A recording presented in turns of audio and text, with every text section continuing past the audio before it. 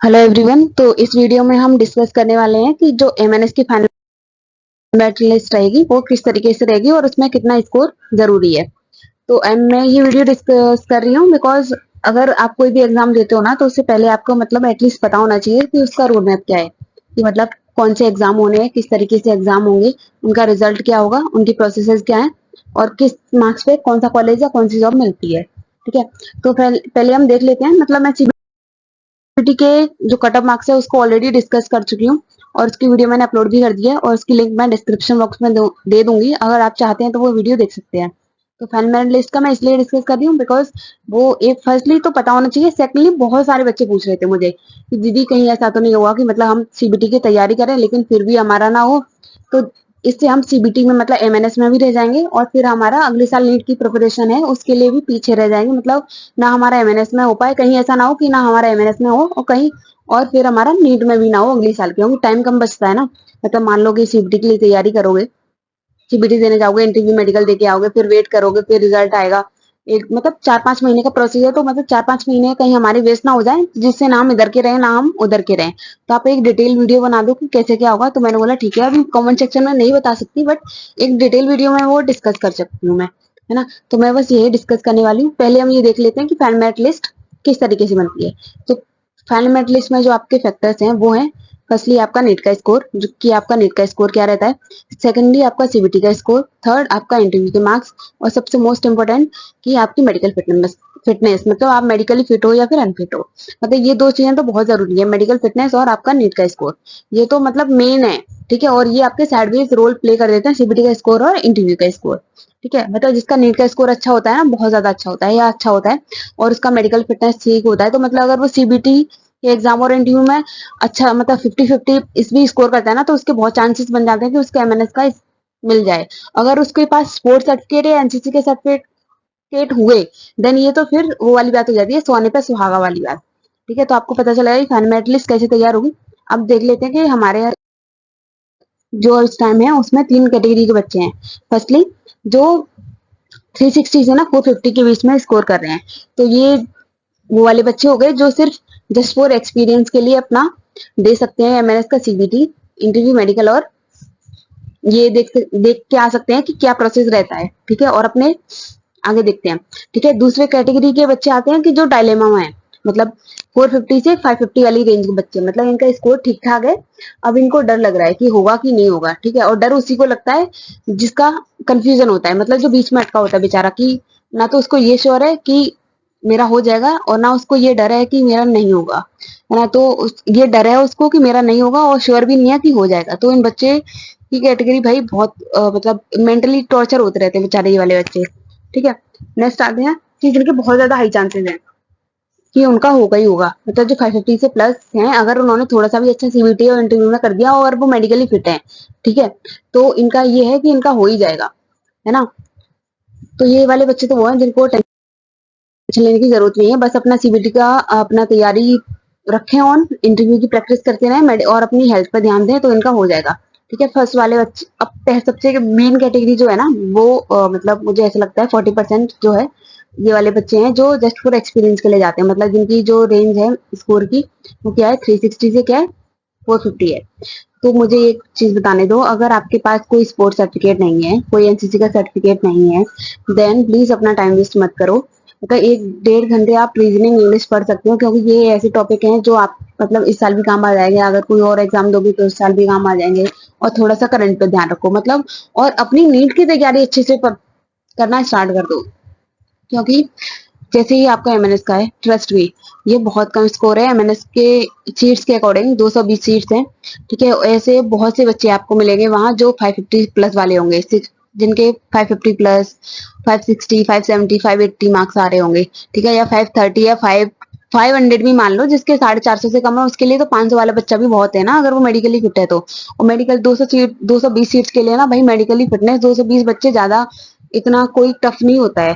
ठीक है, तो इनको क्या करना है, अपनी नीट की प्रिपरेशन अच्छे से स्टार्ट कर देनी है 2025 के लिए, और 2 घंटे इनको निकालने हैं कि वो अपना रीजनिंग और मतलब वैसे तो मैं कहूंगी कि 2 घंटे, 1 घंटा इंग्लिश को दे दो, 1 घंटा रीजनिंग और उसको दे दो जीके को। ठीक है, और अपना एमएनएस का सीबीटी का एग्जाम दिया ना, अगर शॉर्टलिस्ट हो जाते हो तो बस होप्स नहीं रखनी है। ठीक है। मैं ये नहीं कह रही हूँ कि देने मत जाना, देने जाना बट होप्स मत रखना। कहीं ऐसा ना हो कि मतलब वो होप्स पाल के बैठ जाओ और पूरी तरीके से एमएनएस के एग्जाम पर ही रिलाय हो जाओ, जिससे ऐसा ना हो कहीं बाद में कि पूरा टाइम ड्यूरेशन निकल जाए और एमएनएस में भी ना हो, नीट के अगले साल मतलब 2025 के लिए भी आप लेट हो जाओ। कम से कम ऐसा करो कि इस साल नहीं हो रहा है, चलो ठीक है, इस साल एक्सपीरियंस लेते हैं, अगले साल तो फोड़ के ही आएंगे। मतलब इस साल एक्सपीरियंस के लिए चले जाओ, अपनी नीट की तैयारी बहुत अच्छे से करो, उसमें बहुत अच्छा स्कोर करो और देन फिर अगले साल अगर एमबीबीएस मिलता है तो बहुत अच्छी बात है, अगर नहीं मिलता है तो फिर एमएनएस की सीट ले लेना, क्योंकि स्कोर तो अच्छा होगा ना ऑब्वियसली। इस साल मेहनत करोगे तो नीट का स्कोर प्लस फिर सीबीटी का स्कोर और इंटरव्यू फिर ऐड करके मतलब इस साल जो मार्क्स आ रहे हैं 450, आपको कोशिश करनी है कि वो 560 570 तक लेके जाओ अगले साल के लिए, है ना। तो ये वो वाले बच्चे हैं। आपको क्या करना है, नीट की तैयारी वापस कर देनी है, शॉर्ट लिस्ट हो जाओ तो एक्सपीरियंस के लिए अपना एमएनएस का देके आ जाना। फिर आते हैं डायलेमा वाले बच्चे। तो डायलेमा वाले बच्चों के लिए थोड़ी सी दिक्कत है, जो 500 प्लस वाले हैं ना, उनके लिए ये क्या है, उनको क्या करना है कि उनको अपनी दो थोड़ी सी ज्यादा मेहनत करनी है। देखो कुछ ये तो कभी कभी मेहनत तो करनी पड़ती है, इनको क्या करना है, अपनी सीबीटी की तैयारी बहुत अच्छे से करनी है। मतलब इनको क्या करना है कि अपना सीबीटी में ये करना है कि एटलीस्ट 70 प्लस स्कोर करना है, ठीक है। अपनी मेडिकल फिटनेस का ध्यान देना है और क्या करना है कि जब तक 8 जुलाई को वर्डिक्ट नहीं आ जाता सुप्रीम कोर्ट तक, तब तक अपना नीट का सिलेबस भी कैरी ऑन करना है साथ साथ में, ठीक है। उसके बाद भी नीट का सिलेबस कैरी ऑन करना है, क्योंकि इन केस मान लो कि 10% अगर चांस नहीं होता है कि एमएनएस में ना हो, तो ऐसा ना हो कि आप अगले साल नीट के लिए भी, क्योंकि अगले साल मान भी लो कि अगले साल भी आपको एमएनएस ही करना है, तब भी तो आपको नीट देना पड़ेगा। तो नीट इज मैंडेटरी, आपको मतलब ये है मेरा कि आपको नीट का सिलेबस नहीं छोड़ना है, उसको पढ़ते रहना है। और साइड साइड में आपको क्या करना है, सीबीटी का स्कोर करना है, ठीक है। तो सीबीटी को आप डेली 4 घंटे दो। अगर आप 500 प्लस स्कोर कर रहे हो तो 4 घंटे इज मोर देन इनफ, ठीक है। मतलब 2 घंटे इंग्लिश पढ़ो, 2 घंटे जी के और रीजनिंग पढ़ो, बहुत अच्छे से होता है। बहुत सारे बच्चे कर रहे हैं और बोल रहे हैं दीदी 4 घंटे इज मोर देन इनफ, ठीक है। तो वो आपको करना है, बस आपको थोड़ी सी मेहनत ज्यादा करनी पड़ेगी कि मतलब डेली 10 घंटे पढ़ रहे हो तो 6 घंटे नीट का पढ़ो, 4 घंटे एमएनएस का पढ़ो और अपना बेस्ट दो, चांसेस हैं कि हो जाएगा, ठीक है। बस और क्या अगर आपके पास में स्पोर्ट्स का सर्टिफिकेट हुआ, ये तो सोने पे सुहागा, मतलब फिर तो होना ही होना है, ठीक है। तो ये वाली चीजें थी, ये डायलेमा वाले बच्चों के लिए। इनको होप्स नहीं छोड़नी है, मतलब इनको थोड़ी सी होप्स रखनी है क्योंकि और मेहनत भी करनी है साथ साथ में, ठीक है। फिर आता है हाई चांसेस, जिनके मतलब 550 से प्लस ही है, तो उनको क्या करना है, सीबीटी की प्रिपरेशन बहुत अच्छे से करनी है, अपनी मेडिकल फिटनेस का ध्यान रखना है और इंटरव्यू की तैयारी करते रहनी है, ठीक है। जिसको एमबीबीएस ही करनी है फिर तो वो नीट की तैयारी स्टार्ट कर दो, ठीक है। अगर जिसको एमबीबीएस नहीं करनी है, एमएनएस करनी है, तो इस साल थोड़ी सी सीबीटी के लिए मेहनत कर लो और अपने इंटरव्यू के लिए और मेडिकल फिटनेस को ठीक रखो, एमएनएस की सीट मिल जाए, एमएनएस कॉलेज में जाओ, एमएनएस ऑफिसर बन जाओ and then enjoy your life, ठीक है। तो ये सारी चीजें हैं, ठीक। तो ये सारी चीज होगी। मुझे अब थोड़ा सा डिस्क्लेमर देना है, मैंने जो भी इस वीडियो में बोला है किसी को डिमोटिवेट करने के लिए नहीं बोला है, मैं बस रियलिटी बता रही हूँ। मैं पिछले 2 साल से जो देख रही हूँ, हर साल मैंने ऐसे बहुत से बच्चे देखे हैं, 3,000 4,000 5,000 एटलीस्ट ये फिगर ना 10,000 तक चला जाता है। ये कोचिंग वाले उनको क्या देते रहते हैं, होप्स देते रहते हैं, अरे नहीं 550 वाला बच्चा कॉलेज नहीं लेगा, 500 वाला बच्चा कॉलेज नहीं लेगा, वो तो एमबीबीएस ही करेगा।